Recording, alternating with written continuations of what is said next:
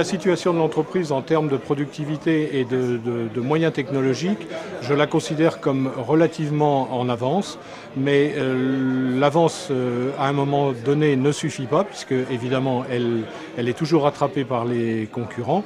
Donc j'avais décidé de poursuivre cette avance, et donc j'ai décidé de renouveler une partie de l'outil de production et d'augmenter la capacité de production avec des outils de dernière génération, et en même temps d'augmenter la surface des bâtiments, la surface immobilière des bâtiments. Le déclic de cette décision est le vieillissement de certaines machines. On parlait tout à l'heure de 17 années d'âge moyen. La plus vieille de mes machines a 12 ans et celle que j'ai remplacée avait à l'époque 14 ans.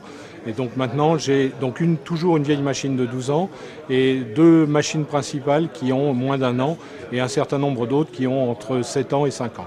Les décisions ont porté sur, comme je vous disais, sur le rajeunissement du parc et sur la partie écologique entre guillemets de l'investissement, puisque les machines sont des machines électriques purement, alors qu'avant elles étaient hydrauliques, et donc la consommation d'énergie est très inférieure. Par exemple, un laser fibre consomme plus de la moitié de moins d'un laser CO2 et une poinçonneuse électrique consomme 30% de moins qu'une même poinçonneuse à même puissance en hydraulique. La décision de modernisation se traduit évidemment par des gains de productivité et par des coûts moindres, mais principalement aussi par des gains de productivité qui sont très importants, puisque la machine électrique a 25% de capacité de production en plus par rapport à la même machine hydraulique précédente.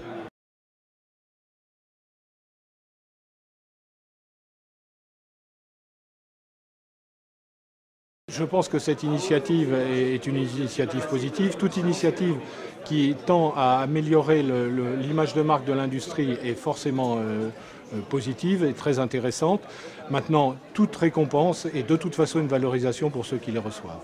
Nous sommes une petite structure de 26 personnes, donc à chaque fois que l'entreprise est récompensée, tout le monde dans l'entreprise est fier, je le dis sans arrière-pensée. Évidemment, c'est toujours le dirigeant qui profite des lauriers de premier rang, mais tout le monde profite de cela et l'ambiance s'en ressent de façon très positive.